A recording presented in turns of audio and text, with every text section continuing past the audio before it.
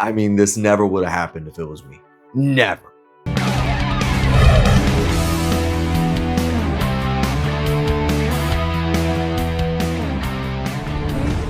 What's going on, people? Alex Thorn here, and I'm just a rock and roller who in his downtime likes to watch movies while wearing a bandana. And this time, because of your votes, I watched Speak No Evil. Now, before we get into the review, what I think about it and all that, even what it was up against in the poll, I just want to ask you guys to subscribe, like this video, comment down below about this subject or anything else you want to talk about movie related. But let's keep it to this because I am so close to 3,000 subs. We are like 80 subscribers away.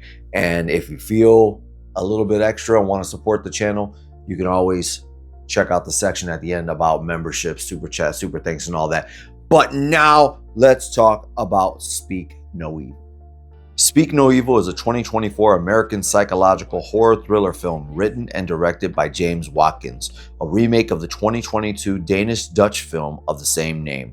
The film stars James McAvoy, Mackenzie Davis, and others.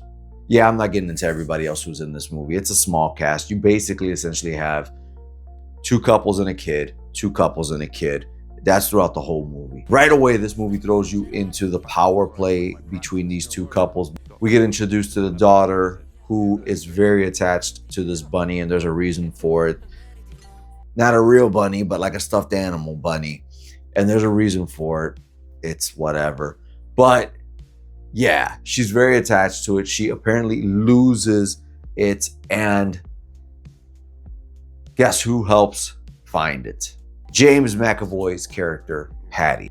Now that they've interacted, they have brunch together. Patty invites the American couple out to his place to stay.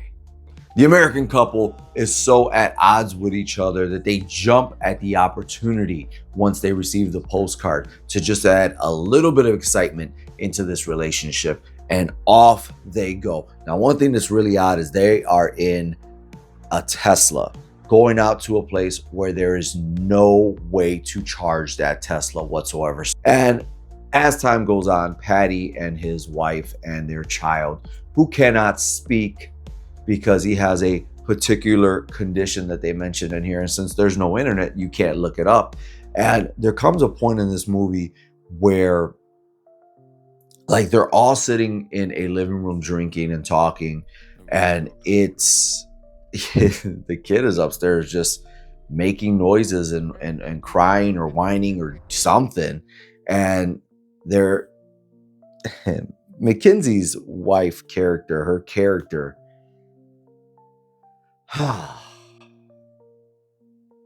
man, I want to give her credit for standing up for what she believed in or what she thought in every time, but I cannot tell you how agitated I was with her because there were so many times that she just looked a certain way or acted a certain way, and I'm like, in my eyes, just me, I was like, what the fuck is your problem? And her husband even told her that. The pansy that he is, he did mention it to her. What the fuck is your problem? And I kept thinking that throughout the whole movie, that like there was a lot of things that Patty and his wife said and did that just were different than the way Americans are now, right? The Twitter, the X community. They're a little bit more raw, more real. They say what they feel, and you're in their presence, so you can't really say much about it, right? Etiquette. This whole movie is about, staying so adherence to etiquette and the way people say things that you don't even get yourself out of a bad situation because you're afraid of offending or sounding bad. Mackenzie was basically the voice of the audience, where she would feel and express being uncomfortable by constantly rubbing her neck. As time goes on and the tension grows and there's little hints of what lies beneath, because I feel like this movie could have been called What Lies Beneath as well.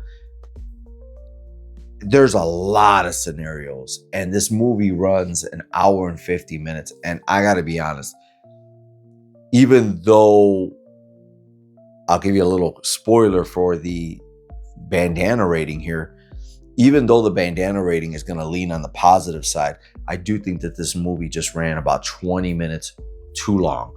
There are so many scenarios that they keep putting the family in because they get away.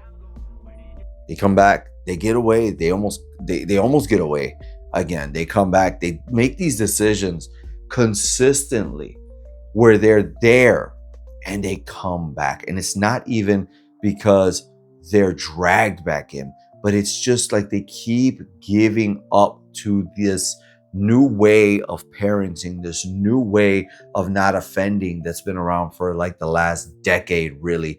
Especially when there's a moment in this movie where after a conversation about having a daughter and so forth, or having a family like they wish they had, Mackenzie's daughter is suddenly in bed after the drunk night with Patty and his wife, that they're in their underwear along with the boy.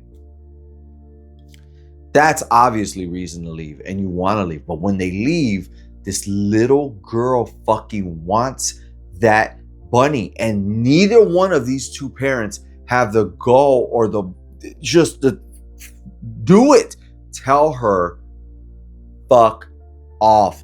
No. James' character in this, Patty, is very charismatic and very slick and very quick-witted to come up with different scenarios and fake things about why they do things this way, why he said things like this, what they have in common or don't have in common. Basically, throughout the entire movie, he is actually telling them what he's going to do, what his plan is, how he truly feels. But they just like deer in the headlights constantly. They're so weak. They're so weak. I cannot believe how weak they are. The first two acts of this film, like I said, I think there's like 20 minutes of the second act that can be cut out. The third act is so opposite. You know it's getting there, but the third act ramps up so much. Everything gets to this boiling point where it's very clear, where they know, I'm not going to spoil why they know it, but they know what's going on. Patty's character and his wife know that they know what's going on, so they know they have to pull this all together right now. It's not out of place. It feels like you've been building to this the entire time.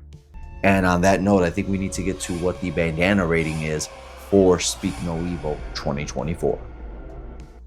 And I'm going to give Speak No Evil 4 bandanas out of 5. This is damn near a perfect movie. If I wasn't so absolutely annoyed, which I know is probably the point, at this couple. On another note, I think one of the most amazing things about it is the shape that James McAvoy got into, because I saw a interview where they were doing promotion for the film and he looked nothing like he did in the film. In the film, he is jacked, brother, and a menace. I think the biggest lesson from this movie can be, stop being so damn nice. It's okay to offend people. It's okay to also be different and do things differently than others and have an older system of doing things. It's also okay to be vegetarian, right? Like Mackenzie's character is in here, but she literally took a bite of food without telling him that she was vegetarian because she didn't want to offend him because they're in their home. Like, it's just wild. And I met people like this couple. And throughout this whole thing, what I haven't done is talk about the husband, because honestly, I would have slammed this husband several times. There should have been an arc for his character, like as typical for American movies. There should have been an arc for a character. There wasn't. She was stronger than him throughout the entire movie, her being Mackenzie and his wife. She was stronger than him throughout the entire thing. No wonder she cheated on you. You deserved it. Guys, let me know what you thought about Speak No Evil. Am I spot on? Am I right on? If you did see it, are you going to see it now? By the way, I saw it on Peacock. Are you going to watch it now after this review that I did? Are you going to check out and see how pansy one couple is and how, okay James McAvoy's character was in this in terms of his belief system? Let me know if you already saw it. Am I wrong? Let's talk about it in the comments. And if you want to talk about this movie and help support the channel, you can join this channel's memberships. That's right, Thorn Theater has real deal membership laminated cards for all of you Thornaholics out there and horror lovers. Not only that, but you get to request your own reviews. Let's say there's something out there you're really dying for me to review, but the masses may not want it, or it's not something that's gonna move the numbers. Guess what? You pay, you control the narrative. You get early access to videos, live only chats, as well as exclusive watch alongs just for members right here on this channel. And if you don't feel like committing to that, you can always leave me a super chat, super thanks, or buy me a coffee. Buy me a coffee right now is a way that you can support somebody like me for making videos just for you guys, doing what we love to do. But guess what? If you buy me a coffee, at least you're fueling the journey. And right now, Buy Me a Coffee has an update to where when you leave your note of why you have gifted me coffee, I can respond back to you in video form. And with all that being said, once again, guys, if you stuck to the end, I am working on my EP. It has been a year doing this, and I am so close, like 98% loading close.